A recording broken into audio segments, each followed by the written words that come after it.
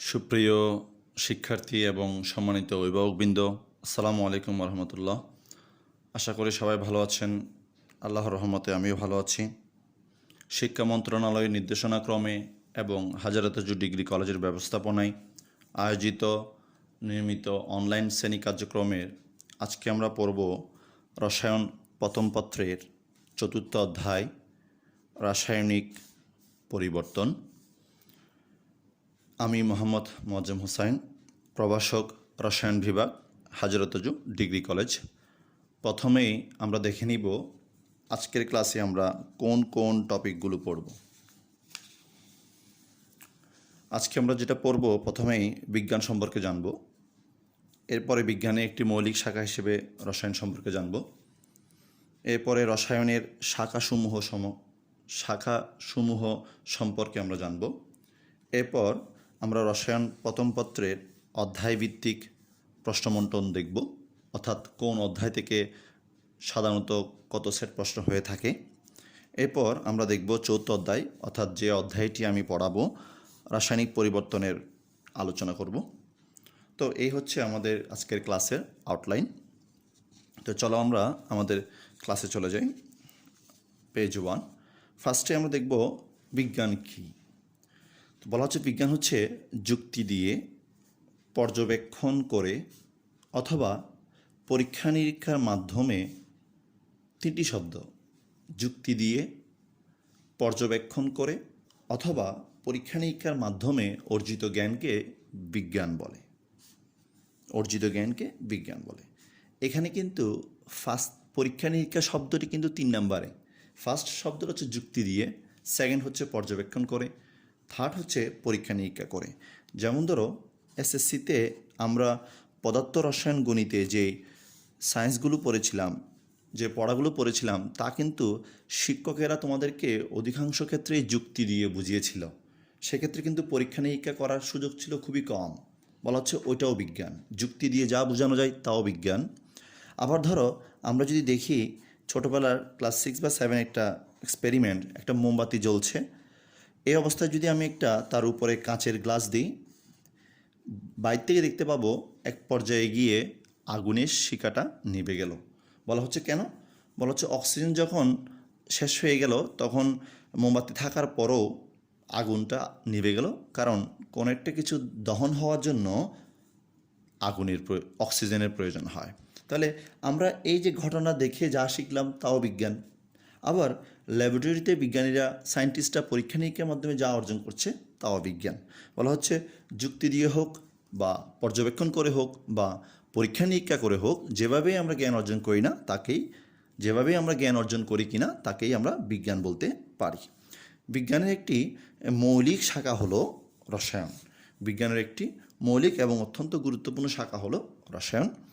আমরা এখন রসায়নের সংজ্ঞাটি জানব।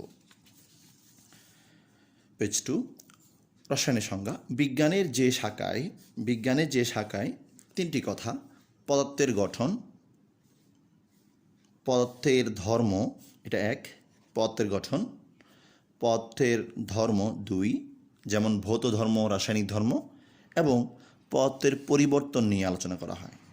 পদার্থের 3টি বিষয় নিয়ে আলোচনা করা হয়: পদার্থের গঠন, পদার্থের ধর্ম, পদার্থের পরিবর্তন। তো পদার্থের গঠন, পদার্থের ধর্ম, দ্যাট মিনস ভৌত ধর্ম এবং রাসায়নিক ধর্ম, এবং পদার্থের পরিবর্তন, ভৌত পরিবর্তন এবং রাসায়নিক পরিবর্তন নিয়ে আলোচনা করা হয়। তাকেই আমরা কনফিউজড, তাকে আমরা পদার্থ বলবো নাকি রসায়ন বলবো? কারণ এখানে খালি চোখে দেখে যা মনে হচ্ছে এটি আসলে পদার্থবিজ্ঞানীর সংজ্ঞা, কিন্তু আসলে তা নয়। আমরা দেখব তাহলে এই সংখ্যাটা বোঝার আগে আমাকে বুঝতে হবে পদার্থ এবং রসায়নের পার্থক্যটা কোন জায়গায় গিয়ে হচ্ছে। তাহলে আমরা বলছি কি, পদার্থের গঠন, পদার্থের ধর্ম এবং পদার্থের পরিবর্তন নিয়ে আলোচনা করা হয়, তাকে রসায়ন বলে। আমরা লজিকটা দাঁড় করাবো। তো এটা বোঝার আগে আমাকে বুঝতে হবে যে পদার্থ এবং রসায়নের সম্পর্ক বা পার্থক্যটা, মিল অমিল কোন জায়গায় গিয়ে। ধরো আমরা একটা এক্সপেরিমেন্ট করতে পারি। আমরা একটা বাসার মেঝেতে ফ্লোর আর কি, যে উপর থেকে 200 সেন্টিমিটার উপরে হাত থেকে 200 সেন্টিমিটার উপরে আমি হাত থেকে 1 কেজি একটা রাবারের টুকরা, এটা ধরলাম রাবারের টুকরা, এবং একই ভরের 1 কেজি ভরের 1 কেজি ভরের একটি কাঁচের পাত্র ফেললাম। ফ্লোরে যখন ফেললাম দেখা যাবে কি এই তোমার রাবার ভাঙেনি, রাবার ভাঙবে না, কিন্তু তোমরা বলো কাঁচ পাত্র কি হবে? কাঁচ পাত্র ভেঙে যাবে। এখন প্রশ্নটি হলো কাঁচ পাত্র ভেঙে যাবে কেন? রাবার যেমন কঠিন পদার্থ, কাঁচ পাত্রও তো কঠিন পদার্থ, তাহলে কাঁচ পাত্র যদি ভেঙে যায় রাবারটি কেন ভাঙবে না? বলা হচ্ছে রাবারটি এই জন্যই ভাঙবে না, এর কারণ হচ্ছে দুটোই কঠিন পদার্থ, তাহলে ভাঙছে না কেন? দুটারই ভর সেম, দুটাকেই সমান উচ্চতা থেকে ফেলা হলো, দুটাকেই একই ফ্লোরের উপর ফেলা হলো, দুটাকেই আমার 2 হাত থেকেই ফেললাম, তাহলে ভাঙবে না কেন? বলা হচ্ছে তাদের গঠনের ভিন্নতা, তাদের অভ্যন্তরীণ গঠনের ভিন্নতার কারণে গিয়ে একটি ভেঙে গেল আর একটি ভাঙেনি। একইভাবে যদি আমরা আরেকটি এক্সাম্পল দিই, তাহলে দেখো আমরা যদি এখানে একটু দেখি যে পানি এবং ইথানল দুটোই কিন্তু তরল পদার্থ। পানি এবং ইথানল দুটোই তরল পদার্থ।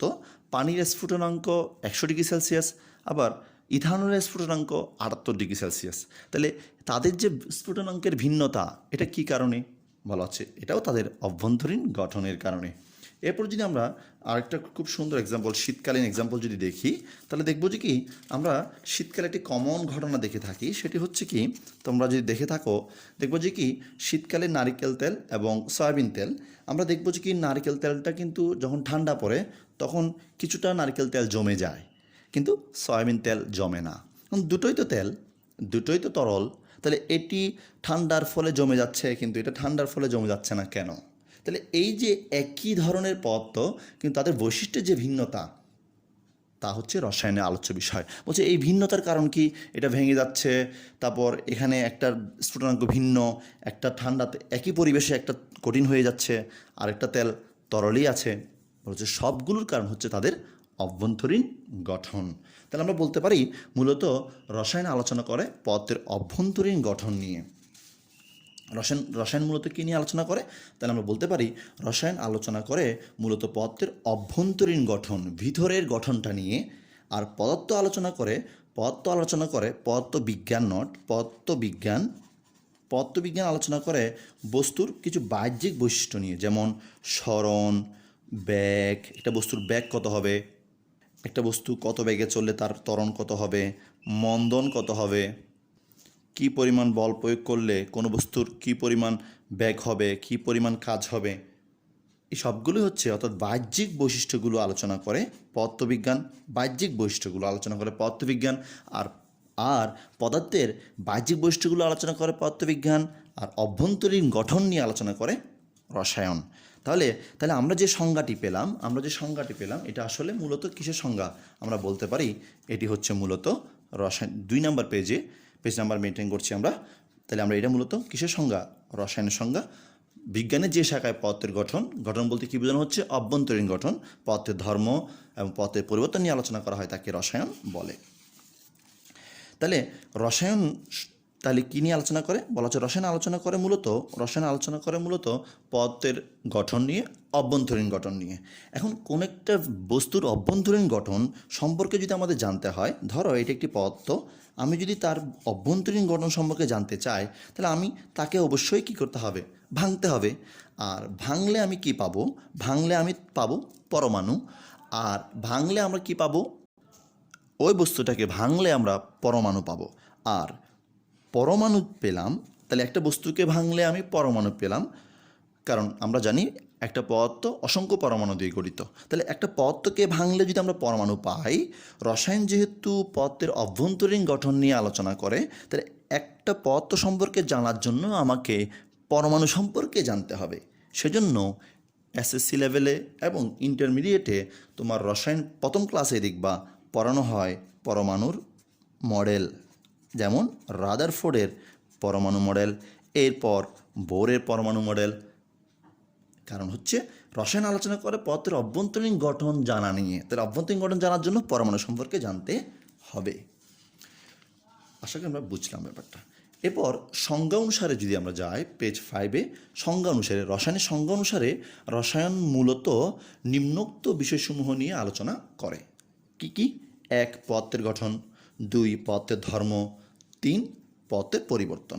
তাহলে পদার্থের গঠন বলতে কী বোঝানো হচ্ছে? অভ্যন্তরীণ গঠন। পদার্থের ধর্ম বলতে 2 ধরনের ধর্ম আছে, ভৌত ধর্ম এবং রাসায়নিক ধর্ম। বলা হচ্ছে ভৌত ধর্ম কি? বর্ণ, স্বাদ, গন্ধ, আকার, আকৃতি। তাহলে সবার বর্ণের মধ্যে কীভাবে কেমিস্ট্রি আছে সেটা তোমরা 3য় অধ্যায় পড়লে বুঝতে পারবে। আয়তন, গলনাঙ্ক, স্ফুটনাঙ্ক, ঘনত্ব, কাঠিন্য, ভঙ্গুরতা, ব্যাপন ইত্যাদি হচ্ছে বস্তুর ভৌত ধর্ম। আর রাসায়নিক ধর্ম অনেকগুলো আছে, তার মধ্যে জারণ বিজারণ, তেজস্ক্রিয়তা, স্থায়িত্ব, একটা বস্তু কতক্ষণ টিকে থাকবে, দাহ্যতা, তার জ্বলার ক্ষমতা, ক্ষরতা, পানির ক্ষরতা, বিষক্রিয়তা, কোন পদার্থের খেলে শৈলী কী ধরনের প্রভাব পড়বে, সক্রিয়তা মিন্স হচ্ছে কোনো পদার্থ অন্যের সাথে যুক্ত হওয়ার বা সামর্থ্য ইত্যাদিকে বলা হয় রাসায়নিক ধর্ম। তাহলে পদার্থের গঠন নিয়ে আলোচনা করে, পদার্থের ধর্ম নিয়ে আলোচনা করে এবং পদার্থের পরিবর্তন নিয়ে আলোচনা করে। বলা হচ্ছে পদার্থের পরিবর্তন 2 ধরনের, একটা ভৌত পরিবর্তন। ভৌত পরিবর্তনে বস্তুর রাসায়নিক সত্তার সংযুতির কোনো পরিবর্তন হয় না, যেমন বরফও H2O, তরল পানীয় H2O, জলীয় বাষ্প H2O। তাহলে ভৌত পরিবর্তন মানে শুধু অবস্থার পরিবর্তন হবে। ভৌত পরিবর্তনের ফলে শুধু অবস্থার পরিবর্তন হয়। কঠিনকে তাপ দিলে তরল, তরলকে তাপ দিলে বায়বীয়, আবার ঠান্ডা করলে বায়বীয়কে তরল থেকে তাপ নিয়ে নিলে কঠিন হয়ে যায়। এরপরে আরেকটা পরিবর্তন যেটা রাসায়নিক পরিবর্তন। তো বলা হচ্ছে রাসায়নিক পরিবর্তন জিনিসটা কি? বলা হচ্ছে যে পরিবর্তনের ফলে সম্পূর্ণ নতুন ধর্মী পদার্থ তৈরি হয় তাকে বলা হয় রাসায়নিক পরিবর্তন। যেমন CH4 এর সাথে আমরা যদি মিথেনের দহন ঘটাই তাহলে কি তৈরি হয়? কার্বন ডাইঅক্সাইড এবং জলীয় বাষ্প তৈরি হয়। বলা হচ্ছে যে পরিবর্তনের ফলে সম্পূর্ণ নতুন ধর্মী পদার্থ তৈরি হয় তাকে বলা হয় রাসায়নিক পরিবর্তন। অর্থাৎ এই যে পরিবর্তন মিথেনের সাথে এবং অক্সিজেনের সাথে কার্বন ডাইঅক্সাইডের ধর্মের এবং জলীয় বাষ্পের ধর্মের কোনো মিল নেই। তাহলে আসলে রাসায়নিক পরিবর্তন মিন্স হচ্ছে রাসায়নিক বিক্রিয়া। রাসায়নিক পরিবর্তন মিন্স কি? রাসায়নিক বিক্রিয়া। দেখো তো আমরা তো এই চ্যাপ্টারটিই পড়বো না, এটাই তো চ্যাপ্টার 4। তাহলে আমরা আমাদের চ্যাপ্টারটির লিঙ্ক পেয়ে গেলাম। এটা রসায়নের কোন অংশ নিয়ে আলোচনা করবে? রসায়নের 3টা আলোচ্য বিষয়ের মধ্যে একটা হচ্ছে পদার্থের পরিবর্তন নিয়ে আলোচনা করে। পদার্থের পরিবর্তনের মধ্যে 2টো পরিবর্তন, ভৌত এবং রাসায়নিক। আমরা পড়ব যে চ্যাপ্টারটি সেটা হচ্ছে রাসায়নিক পরিবর্তন, যার আরেকটি নাম হচ্ছে রাসায়নিক বিক্রিয়া। কারণ রাসায়নিক পরিবর্তন মিন্স হচ্ছে আসলে যে পরিবর্তনের ফলে সম্পূর্ণ নতুন ধর্মী পদার্থ তৈরি হয়, দ্যাট মিন্স রাসায়নিক বিক্রিয়া। তাহলে রসায়ন 3টে বিষয় নিয়ে আলোচনা করে: পদার্থের গঠন, পদার্থের ধর্ম এবং পদার্থের পরিবর্তন। তাহলে দেখো রসায়ন একটা শব্দ যা এমন জিনিস নিয়ে আলোচনা করে তার মধ্যে রসায়ন শব্দটিই নেই। পদার্থের গঠন, পদার্থের ধর্ম এবং পদার্থের পরিবর্তন নিয়ে আলোচনা করে, তাকেই বলা হয় রসায়ন। আচ্ছা, এবার যদি আমরা এই রসায়ন জানার পরে আমাদের জানতে ইচ্ছে হবে রসায়নের শাখাসমূহ। বলা হচ্ছে রসায়নের মোটামুটি 5টি শাখায় অন্যতম। তার মধ্যে একটি হচ্ছে বিশ্লেষণীয় রসায়ন, ইংরেজিটা জেনে রাখো, পরবর্তীতে কাজে লাগবে, অ্যানালাইটিক্যাল কেমিস্ট্রি। দ্বিতীয় শাখা জৈব রসায়ন, অর্গানিক কেমিস্ট্রি। তৃতীয় হচ্ছে অজৈব রসায়ন, ইনঅর্গানিক কেমিস্ট্রি। চতুর্থ প্রাণ রসায়ন, বায়োকেমিস্ট্রি। পঞ্চম হচ্ছে ভৌত রসায়ন, ফিজিক্যাল কেমিস্ট্রি। তো বলা হচ্ছে এই বিশ্লেষণীয় রসায়নে 2টো অংশ। একটা হচ্ছে গুণগত রসায়ন, আমি সংক্ষেপে লিখছি গুণগত রসায়ন, যেটা তোমরা দেখতে পাচ্ছ রসায়ন প্রথম পত্রের কোন অধ্যায়? অধ্যায় 2, যেটা আমাদের সদ্য SM আইয়ুব স্যার শুরু করেছেন, 2য় অধ্যায়। আর এরপরে বিশ্লেষণী রসায়নের আরেকটি শাখা হচ্ছে পরিমাণগত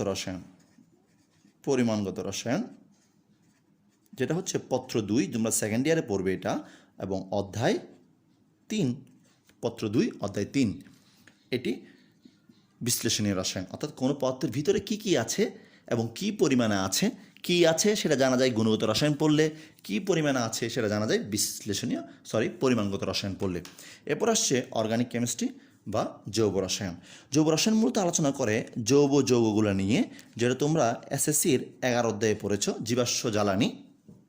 এই চ্যাপ্টারটাতে। তো জৈব যৌগ কী নিয়ে আলোচনা করে? বলা হচ্ছে জৈব যৌগ জৈব রসায়ন কী নিয়ে আলোচনা করে? জৈব রসায়ন জৈব যৌগ নিয়ে আলোচনা করে। বলা হচ্ছে জৈব যৌগ কীভাবে চিনব? জৈব যৌগ হচ্ছে কার্বনের সাথে অবভিয়াসলি হাইড্রোজেনের একটা বন্ধন থাকবে, এছাড়া থাকতে পারে, এটা মাস্ট লাগবে কার্বনের সাথে হাইড্রোজেনের বন্ধন।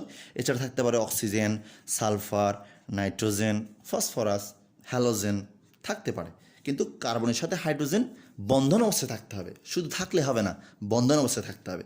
তাহলে রসায়নের যে শাখায় জৈব যৌগ নিয়ে আলোচনা করা হয় তাকে বলা হয় জৈব রসায়ন। আর যদি অজৈব রসায়ন কাকে বলে? বলা হচ্ছে অজৈব যৌগ নিয়ে যারা আলোচনা করে। কি যৌগ? অজৈব যৌগ। তো অজৈব যৌগ কোনগুলা? বলা হচ্ছে কার্বন এবং হাইড্রোজেন থাকলে জৈব যৌগ, কার্বন এবং হাইড্রোজেনের মধ্যে বন্ধন থাকলে জৈব যৌগ, কার্বন এবং হাইড্রোজেনের সাথে বন্ধনবিহীন যে কোনো যৌগ, মানে এমন একটি যৌগ যেখানে কার্বন এবং হাইড্রোজেন বন্ধন অবস্থায় নাই, এরকম সবগুলো যৌগ হচ্ছে অজৈব যৌগ। যেমন আমরা যদি বলি sodium chloride, H2O, even carbon dioxide. কেন? কার্বনের সাথে হাইড্রোজেন নাই। এই যৌগগুলো যেগুলো তোমরা আয়নিক যৌগ বলো বা পোলার সমযোজী যৌগ বলো, সেগুলো হচ্ছে তোমার কি যৌগ? অজৈব যৌগ। আর অজৈব যৌগগুলো যে শাখায় আলোচনা করা হয় তাকে বলা হয় অজৈব রসায়ন। এরপর হচ্ছে প্রাণরসায়ন। প্রাণরসায়ন জিনিসটা কি? বলা হচ্ছে জীবন্ত জীবে, নট জীব, মানে যেটা বর্তমানে জীবন্ত আছে, জীবন্ত জীবে যেসব রাসায়নিক যৌগ আছে তা রসায়নের যে শাখা আলোচনা করা হয়। জীবন্ত জীবে যে রসায়ন আছে, যেমন ধরো আমাদের শরীরে আমরা জানি হরমোন, বিভিন্ন এনজাইম, আমাদের শরীরের সমস্ত পরিপাক্রিয়া, তোমরা বায়োলজিতে পড়েছ, পরিপাক্রিয়া কিন্তু এনজাইম নিয়ন্ত্রিত। আমাদের সমস্ত জৈবিক কার্যাবলী হরমোন নিয়ন্ত্রিত। লিপিড, অর্থাৎ জীবের শরীরে, নট মানুষ, জীবের যারা বর্তমানে জীবন্ত, তারাই হচ্ছে তাদের শরীরে যেসব রাসায়নিক যৌগ আছে তার ক্রিয়াকৌশল, উৎপত্তি সবগুলো আলোচনা করা হয় সেই শাখায় রসায়নে, তা হচ্ছে প্রাণরসায়ন। এরপর আমরা যাব ভৌত রসায়ন, ফিজিক্যাল কেমিস্ট্রি। তোমরা তড়িৎ বিশ্লেষণ কোষ বা তড়িৎ বিশ্লেষ্য কোষ, গ্যালভানিক কোষ, ড্রাই সেল পড়েছিলে। সেখানে বিদ্যুৎও আছে, আবার কি আছে? রসায়নও আছে। বিদ্যুৎও আছে, ইলেকট্রনের প্রবাহও আছে, বিদ্যুৎও আছে। তো বলা হচ্ছে রসায়নের কিছু জ্ঞান ফিজিক্সের কিছু মূলনীতি রসায়নের সাথে মিলে যায়, এটাকে একসাথে বলা হচ্ছে ফিজিক্যাল কেমিস্ট্রি। অর্থাৎ প্রাকৃতিক কিছু ঘটনা ব্যাখ্যা করার জন্য ফিজিক্সের এবং কেমিস্ট্রি দুটোরই জ্ঞানের প্রয়োজন হয়, সেই শাখাটাকে একসাথে বলা হয় ফিজিক্যাল কেমিস্ট্রি। তো আমরা আশা করি বুঝতে পারলাম যে রসায়নের শাখাসমূহ হচ্ছে বিশ্লেষণী রসায়ন, যার মধ্যে দুটো বিষয় আছে, গুণগত রসায়ন, পরিমাণগত রসায়ন। এরপর হচ্ছে জৈব রসায়ন, জৈব যৌগ নিয়ে আলোচনা করে। অজৈব রসায়ন জৈব যৌগ ছাড়া যারা আছে তার, অর্থাৎ অজৈব যৌগগুলো নিয়ে আলোচনা করে। প্রাণরসায়ন মানে হচ্ছে ওই সকল যৌগ নিয়ে আলোচনা করে যেগুলো জীবন্ত জীবে আছে, যেমন হরমোন, এনজাইম, লিপিড। এবং এরপরে হচ্ছে ভৌত রসায়ন, ফিজিক্যাল কেমিস্ট্রি, যেসব বিষয়গুলো যেমন গ্যাসের বিষয়গুলো, বিদ্যুতের বিষয়গুলো এক্সপ্লেন করার জন্য কেমিস্ট্রির জ্ঞানের প্রয়োজন হয়, আবার ফিজিক্সের জ্ঞানের প্রয়োজন হয়, দুটাকে একসাথে করে ফিজিক্যাল কেমিস্ট্রি। এরপর আমরা চলে যাচ্ছি আমাদের মূল বিষয়, যেটি আমাদের টপিক ছিল রসায়ন প্রথম পত্রের অধ্যায়সমূহ এবং প্রশ্নের গড় বা সম্ভাব্য বন্টন, অর্থাৎ কোন অধ্যায় থেকে কতটুকু আসে সেটাই। রসায়নের 5টি অধ্যায়ের মধ্যে প্রথম অধ্যায় ল্যাবরেটরির নিরাপদ ব্যবহার, অর্থাৎ একটা ল্যাবরেটরিতে গেলে তুমি কিভাবে নিজেকে সেভ করে সমস্ত কাজ সম্পাদন করতে পারবে, তোমাকে কিছু রুলস অ্যান্ড রেগুলেশন মেনে চলতে হবে। এরপর হচ্ছে দ্বিতীয় অধ্যায় গুণগত রসায়ন, যেটা আমাদের শ্রদ্ধেয় এসএমআইএফ স্যার শুরু করেছেন। এরপর তৃতীয় অধ্যায় মৌলের পর্যাবৃত ধর্ম ও রাসায়নিক বন্ধন, যেটা আমাদের শ্রদ্ধেয় তাসলিমা ম্যাডাম শুরু করেছেন। এরপর হচ্ছে চতুর্থ অধ্যায় রাসায়নিক পরিবর্তন, এটি আমি পড়াবো। এরপর হচ্ছে পঞ্চম অধ্যায় কর্মমুখী রসায়ন। এবার দেখো, এখান থেকে এই অধ্যায় থেকে প্রশ্ন হয়, বোর্ড প্রশ্ন, অ্যাভারেজ, গড় 1 সেট, এবং এই চ্যাপ্টার থেকে প্রশ্ন হয় 2 সেট। এই চ্যাপ্টার থেকে এইচএসসি বোর্ড পরীক্ষায়, অর্থাৎ সমস্ত কলেজেরও পরীক্ষায় 2 সেট, এবং চৌথ চ্যাপ্টার থেকেও অ্যাভারেজে 2 সেট, এবং পঞ্চম অধ্যায় থেকে 1 সেট প্রশ্ন সাধারণত অ্যাভারেজলি হয়ে থাকে। প্রথম অধ্যায় থেকে 2 সেট, প্রথম অধ্যায় থেকে 1 সেট, এভাবে দ্বিতীয়, তৃতীয়, চৌথ থেকে 3 × 6 সেট, এরপরে মোট 8 সেট থেকে তোমাকে যে কোনো 5টি প্রশ্ন আনসার করতে হবে। তবে তুমি সবগুলো বিষয় ভালো করে পড়তে হবে, যেহেতু এমসিকিউর জন্য সবগুলো চ্যাপ্টারই গুরুত্বপূর্ণ। আবার প্রশ্ন এই অধ্যায়ের, কিন্তু দেখা যাচ্ছে কি উদ্দীপকটা এই অধ্যায়ের, আবার প্রশ্ন এই অধ্যায়ের, উদ্দীপকটা এই অধ্যায়ের। সুতরাং কেমিস্ট্রিতে কোনো চ্যাপ্টার বাদ দেওয়া বা কম পড়ার মানসিকতা রাখা যাবে না, এতে তোমরা ক্ষতিগ্রস্ত হবে। এ হচ্ছে রসায়ন প্রথম পত্রের অধ্যায়ের মানবন্টন। তো দেখা যাচ্ছে কি তোমাদের কিন্তু 6 সেট প্রশ্নের প্রস্তুতি শুরু হয়ে গেছে। এই তোমরা আশা করি ক্লাসগুলো যদি মনোযোগ দিয়ে করো, আশা করি লাভবান হবে। এরপরে আমরা যাব যে আমরা যে অধ্যায়টি পড়তে যাচ্ছি, অর্থাৎ আমরা পড়ব, আমি যে অধ্যায়টি পড়াবো রাসায়নিক পরিবর্তন, সেই অধ্যায়টি সম্পর্কে একটু জেনে নিই। আমরা পড়ব 4th অধ্যায়ের রাসায়নিক পরিবর্তন। তো রাসায়নিক পরিবর্তন অধ্যায়ের অংশসমূহ আমরা জেনে নিই, কয়টা পার্ট আছে সেখানে। বলা হচ্ছে এই অধ্যায়ে মোট 4টি পার্ট আছে। একটা হচ্ছে রাসায়নিক গতিবিদ্যা, একটা হচ্ছে রাসায়নিক সাম্যাবস্থা, একটা হচ্ছে অম্লক্ষার সাম্যাবস্থা, আরটা হচ্ছে তাপ রসায়ন। তো এখানে যেভাবে ভাগ করে দেওয়া হলো, তোমরা বইতে সেভাবে ভাগ আকারে দেওয়া হয়নি। তো তোমরা যাতে এই ভাগগুলো ধরতে পারো, আমি সেই জন্য বইয়ের টপিকগুলো বলে দিচ্ছি, যে এই টপিক থেকে এই টপিক পর্যন্ত রাসায়নিক গতিবিদ্যা, এই টপিক থেকে এই টপিক পর্যন্ত রাসায়নিক সাম্যাবস্থা, এটা বলে দিব। আচ্ছা, এবার আমরা এই চ্যাপ্টার যেহেতু পড়ব, এই চ্যাপ্টারের প্রশ্নের 3টা স্ট্রাকচার রয়েছে। প্রশ্ন নয়, 3টা প্রশ্নের স্ট্রাকচার রয়েছে, আমরা সেগুলো দিব এবং সেই অনুযায়ী আমরা ক্লাস চালাবো। ইনশাল্লাহ ক্লাসগুলো যদি তোমরা ভালো করে করো, যে প্রশ্ন করুক, যেভাবে প্রশ্ন করুক, অবশ্যই বোর্ডে কমন পড়বে, এটা আমার বিশ্বাস। এটাকে আমরা বলবো অংশ 1। এই দুটো অংশকে মিলে আমরা বলছি অংশ 1, অর্থাৎ এখান থেকে একটা প্রশ্ন হবে, প্রশ্নের ধরন 1, আমরা পরে পেজে দিব এটা, প্রশ্নের ধরন 1। এটাকে আমরা বললাম অংশ 2, অংশ 2, এটা থেকে প্রশ্নের ধরন 2। এটাকে আমরা বললাম অংশ 3, এখান থেকে প্রশ্নের ধরন 3।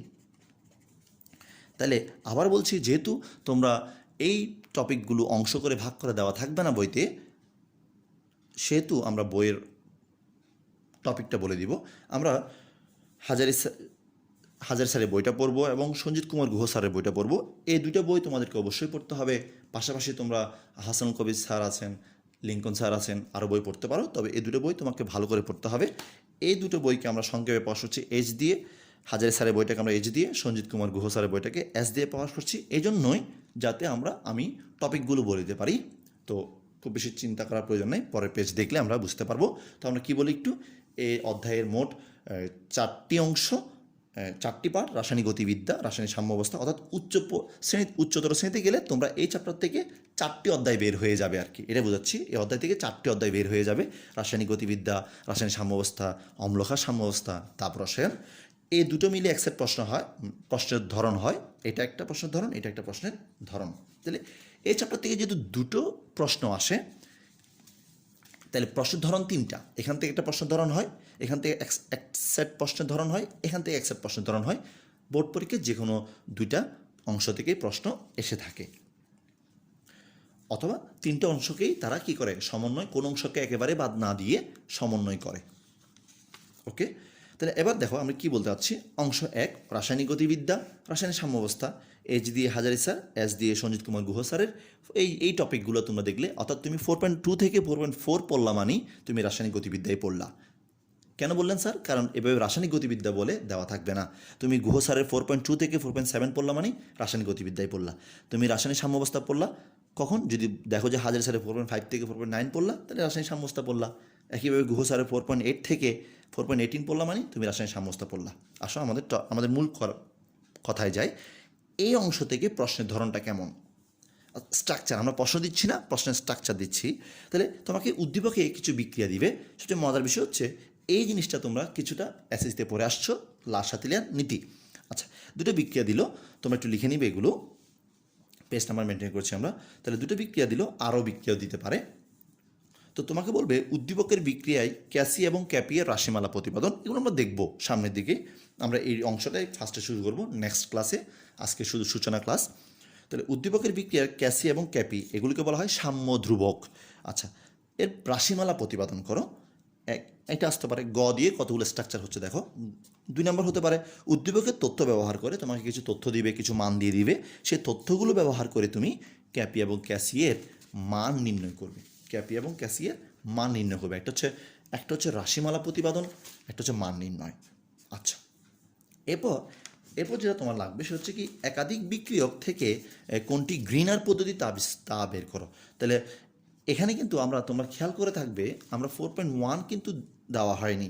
কেন টপিক? কারণ এটি আসলে চতুর্থ অধ্যায়, এটা জেনারেল টপিক, এটা কোনোটার সাথে যায় না। গ্রিন কেমিস্ট্রি কথা মানে কি, বলা হচ্ছে একাধিক বিক্রিয়া থেকে কোনটি গ্রিনার পদ্ধতি তা নির্ণয় করো। যেমন ধরো একটা জিনিস কিন্তু দুইভাবে তৈরি করা যায়, অসংখ্য পদ্ধতি তৈরি করা যায়। যেমন ধরো আমি C2H4O তৈরি করব, C2H4O দুটো নিয়মে তৈরি করা যায়। এই দুটোর মধ্যে কোনটি পরিবেশ বান্ধব? যেটা পরিবেশ বান্ধব সেটাকে বলা হচ্ছে মূলত গ্রিনার পদ্ধতি। আমরা বিস্তারিত দেখব সামনে। একটা প্রোডাক্ট বিভিন্নভাবে তৈরি করা যায়, কোনটা পরিবেশ বান্ধব? যেটা পরিবেশ বান্ধব সেটাকে বলা হয় গ্রিনার পদ্ধতি। এবার আমরা এরপর ঘতে আসতে পারে কি দুটো প্রশ্ন, দুই ধরনের প্রশ্ন আসতে পারে। উদ্দীপকের বিক্রিয়ায় লাসেতের নীতি ব্যাখ্যা করো। অর্থাৎ এর আগের পেজে তোমরা যে বিক্রিয়াগুলো দেখলে, যে প্রশ্ন তোমরা এসএসসিতে পড়ে থাকতে, উদ্দীপকের বিক্রিয়ায় লাসেতের নীতিটা ব্যাখ্যা করো। লাসেতের নীতি না বলে অনেক সময় আরও একটু স্পেসিফিক করে বলে দিতে পারে তাপমাত্রার প্রভাব এবং চাপের প্রভাব। আমরা জানি লাসেতের নীতির 3টে প্রভাব আছে: ঘনমাত্রা পরিবর্তন, চাপের পরিবর্তন, তাপমাত্রা পরিবর্তনের প্রভাব ব্যাখ্যা করতে বলতে পারে। অথবা বলতে পারে কী শর্ত অনুসারে কি করলে আমরা সর্বোচ্চ উৎপাদ পাবো। কারণ প্রতিটা শিল্প কলকারখানার উদ্দেশ্য থাকে সর্বোচ্চ উৎপাদ। তাহলে কি মেনে চললে আমরা সর্বোচ্চ উৎপাদ পাবো সেটা বলতে পারে। তাহলে আমরা বললাম কি, এই অংশ থেকে মোট প্রশ্নগুলো দেখলাম। এই টপিকগুলোই পড়বো আমরা। এই হচ্ছে প্রশ্নের স্ট্রাকচার। প্রথম অংশ গেল। এই টপিকটা এতটুকু পর্যন্ত পড়লে তোমরা প্রথম অংশ শেষ। এরপরে আমরা যাব অংশ 2, যেটাকে বলা হয় রাসায়নিক সাম্যাবস্থা, যেটা খুব বেশি কমন এবং এখান থেকে প্রশ্ন মিস হয় না। আমরা প্রশ্ন দিচ্ছি না, প্রশ্নের স্ট্রাকচার দিচ্ছি। তাহলে দেখো তো তুমি কোন টপিক পর্যন্ত পড়লে বুঝতে পারবা তুমি অম্লক্ষার সাম্যাবস্থা তোমার পড়া হয়েছে। হাজারি স্যারের 4.10 থেকে 4.17, গুহ স্যারের 4.19 থেকে 4.13, এই টপিকগুলোই কাভার করছে কি অম্লক্ষার সাম্যাবস্থা। তাহলে প্রশ্নের ধরনটা কেমন? বলা হচ্ছে প্রশ্নের ধরনটা হচ্ছে তোমাকে দুটো পাত্র দিবে, একটা অ্যাসিডের পাত্র, একটা ক্ষারকের পাত্র।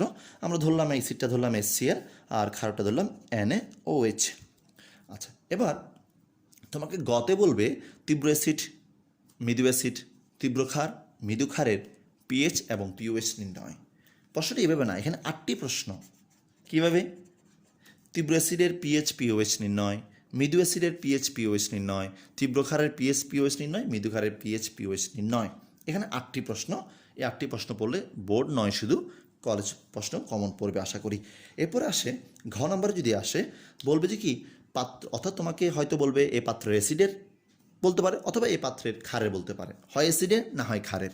ঘ নম্বর প্রশ্ন সেটা বলছে কি যে এই দুটো পাত্রকে যদি আমরা মিশ্রিত করি, অ্যাসিড এবং ক্ষারকে যদি আমরা মিশ্রিত করি, পাত্র 1 এবং পাত্র 2 মিশ্রিত করে মিশ্রণের পিএইচ নির্ণয় করো। অর্থাৎ অ্যাসিড এবং ক্ষার মিশ্রিত করলে যে মিশ্রণটি পাওয়া যাবে সেই মিশ্রণের পিএইচটা নির্ণয় করো, এটাই বললো। তাহলে 2তে আসতে পারে, বা আমি সম্ভাব্য যতটুকু হতে পারে ঘতে 2টা, এটা একটা প্রশ্ন হতে পারে, অথবা এটা হতে পারে পাত্র দুটির মিশ্রণে, অর্থাৎ এই পাত্র দুটি আমি 13 পেজ, এই পাত্র দুটি মিশ্রিত করলে বলা হচ্ছে পাত্র দুটির মিশ্রণে আমি দুটিকে মিশ্রিত করলাম, মিশ্রিত করে সামান্য পরিমাণ অ্যাসিড বা ক্ষার যোগ করলে মিশ্রণের পিএইচের কোনো পরিবর্তন হবে কি না। আসলে ঘ নম্বর যে প্রশ্নটা সেটাকে আমরা সংক্ষেপে বলবো বাফার দ্রবণ সম্পর্কিত প্রশ্ন। কি প্রশ্ন? বাফার দ্রবণ সম্পর্কিত প্রশ্ন। ঘ নম্বরটা হচ্ছে বাফার দ্রবণ সম্পর্কিত প্রশ্ন। এটা মিনস হচ্ছে বাফার দ্রবণের পিএইচ, এটা হচ্ছে বাফার দ্রবণের ক্রিয়া কৌশল। অর্থাৎ বাফার দ্রবণে সামান্য পরিমাণ অ্যাসিড বা ক্ষার যোগ করলে পিএইচ পরিবর্তন হয় না। তাহলে আমরা দেখব আসলে এই মিশ্রণটি বাফার দ্রবণ কি না। যদি বাফার দ্রবণ হয় তাহলে পিএইচ চেঞ্জ হবে না, যদি বাফার দ্রবণ না হয় পিএইচ চেঞ্জ হবে অ্যাসিড বা ক্ষার যোগ করার ফলে। তো এটা আমরা বিস্তারিত দেখবো, এখন মাথায় চাপ নেওয়ার কোনো প্রয়োজন নেই, জাস্ট স্ট্রাকচারটা দেখা আর কিছুই না। হলো প্রতিটা অংশ শুরু করার আগেই কিন্তু আমি এই প্রশ্নগুলো আবার বলবো প্রতিটা অংশের জন্য। এরপরে যদি আমরা আসি তাহলে দেখব যে পরবর্তী অংশ সেটা হচ্ছে তাপ রসায়ন, অত্যন্ত গুরুত্বপূর্ণ এবং উচ্চতর শ্রেণীতে খুব কাজে লাগবে, যেটা তাপ রসায়ন। এই চ্যাপ্টারটি কিন্তু অনেক বেশি উচ্চতর শ্রেণীতে কাজে লাগবে তোমাদের, খুবই গুরুত্বপূর্ণ চ্যাপ্টার। 4.10 তাপ রসায়ন হচ্ছে হাজারি স্যারের 4.10 থেকে 4.17, সরি একটু ভুল করলাম, 4.10 আমি এখানে লিখছি H 4.18 থেকে 4.22 পর্যন্ত হচ্ছে হাজার স্যারের তাপ রসায়ন অংশ। আর সরি এখানে ভুল করলাম, দুইটাই ভুল হয়ে গেল। সঞ্জিত স্যার হচ্ছে 4.31 থেকে শেষ পর্যন্ত একটু লিখে নাও, অর্থাৎ এটা তো শেষের টপিক। 4.17 পর্যন্ত ছিল পিএইচ, 4.18 থেকে শেষ পর্যন্ত হচ্ছে হাজার স্যারের তাপ রসায়ন, আর গুহ স্যারের, সঞ্জিত কুমার গুহ স্যারের 4.13 থেকে শেষ পর্যন্ত হচ্ছে তাপ রসায়ন। আচ্ছা, অর্থাৎ শেষের অংশটা। আচ্ছা, এবার দেখো এখানে কী ধরনের প্রশ্ন আসতে পারে। এখানে প্রশ্ন আসবে তোমাকে কিছু বিক্রিয়া দিয়ে দিবে, যেমন ধরো অ্যাসিড এবং ক্ষারের বিক্রিয়া দিয়ে দিল, তোমাকে কিছু বিক্রিয়া দিয়ে দিবে।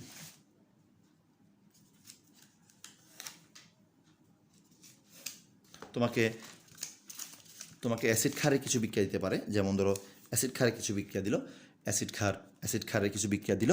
তো বলা হচ্ছে কি তোমার অ্যাসিড ক্ষার এর প্রশমন তাপ সম্পর্কিত 5টি প্রশ্ন আছে। তো যেটা আমরা ওই অংশ পড়লে বিস্তারিত বলবো। এই 5টি প্রশ্ন থেকে একটা প্রশ্ন আসতে পারে, অ্যাসিড ক্ষারের প্রশমন তাপ, তীব্র অ্যাসিড তীব্র ক্ষারের প্রশমন তাপ ধ্রুব কেন, তীব্র অ্যাসিড মৃদু ক্ষারের প্রশমন তাপ কম কেন, এই টাইপসের 5টি প্রশ্ন আছে, আমরা বিস্তারিত দেখব। অর্থাৎ প্রশমন তাপ সম্পর্কিত প্রশ্ন। এরপরে যেটা খুবই ইম্পর্টেন্ট সেটা হচ্ছে কি এই বিক্রিয়া তাপ, দহন তাপ, গঠন তাপ সম্পর্কিত ম্যাথ। 3টা টপিক, বিক্রিয়া তাপ, দহন তাপ এবং গঠন তাপ সম্পর্কিত সমস্যা, গাণিতিক সমস্যা। এটা কিন্তু গতে লিখলাম, এটা ঘতেও আসতে পারে, ঘতে যেতে পারে, গতে আসতে পারে, অসুবিধা নেই। তাহলে তাপ রসায়ন থেকে প্রশ্ন হচ্ছে কি যে প্রশমন তাপ সম্পর্কিত প্রশ্ন আসতে পারে, 5টি প্রশ্ন। বিক্রিয়া তাপ, দহন তাপ এবং গঠন তাপের গাণিতিক সমস্যা ম্যাথ আসতে পারে। তোমাকে বিক্রিয়া তাপ নির্ণয় করতে বলতে পারে, তারপর তোমাকে বিক্রিয়াটি তাপ উৎপাদী নাকি তাপ হারি সেটা বের করতে বলতে পারে। যেমন ধরো আমরা যদি ঘতে যাই, বলবে গঠন বিক্রিয়াটি তাপ উৎপাদী নাকি তাপ হারি, গঠন বিক্রিয়াটি তাপ উৎপাদী নাকি তাপ হারি।